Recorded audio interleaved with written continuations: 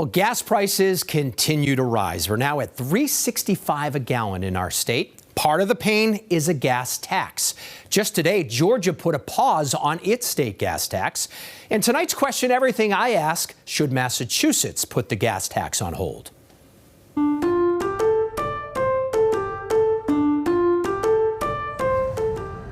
A.B. Nakoma is a financial advisor, and these days, rising prices drive his budget.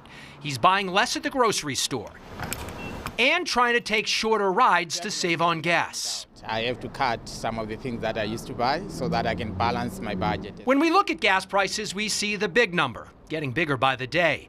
But there's a small number hidden within that's constant, the gas tax. In Massachusetts, we pay 24 cents on every gallon, another 18 cents in federal taxes. But let's stick with the state tax. If you pump 15 gallons, you give the state $3.60. But what if that went into your pocket instead? That would certainly help Ashley Doak, who has a 3-week-old baby and a toddler at home. Well, obviously, paying for groceries and childcare is really expensive, so anything that could help would be great. Georgia just paused its gas tax for 60 days. Connecticut's governor has proposed the same. But should we do that?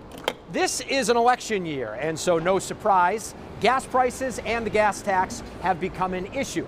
The governor and her 3 Republican opponents bringing politics to the pump.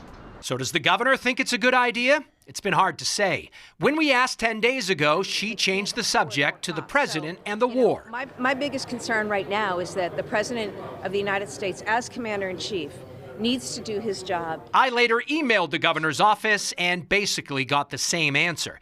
I then asked the 3 Republican candidates hoping to take her job. First, Brian Shortsleeve. We should suspend the gas tax, David. I've called for suspending it until the cost of gas gets below $2.50 a gallon. Now, Mike Keneally. Sure, let's suspend the gas tax, but we got to get after some of these really important root cause issues and get serious about it. And I'll tell you what, she can blame the federal government all she wants. We're 3rd highest in energy costs. That's on us. Candidate Mike Minogue sent me a statement saying he supported a pause on the tax and added, quote, "It's a shame we have to take these short-term measures to make up for the governor's failures." So what would be the downside? Well, let's go back to that financial advisor, A.B. He's tired of the high prices, but says the tax is important. Definitely, because government needs money, and they get money from the tax. So if you cut the tax, it means you are cutting their revenue. True. In fact, it brings in about $600 million in revenue every year. It pays for the construction and repair of our roads and bridges.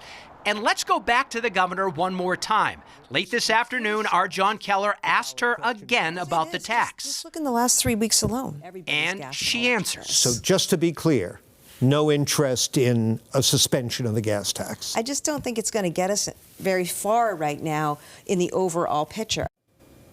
Now, back in 2022, Governor Baker tried to pause the gas tax. That's when gas was right around $5, and lawmakers voted against it. In fact, our gas tax, which started back in 1929, Lisa, has never been suspended. If you have a question you'd like us to answer, send us an email, questioneverything@cbsboston.com.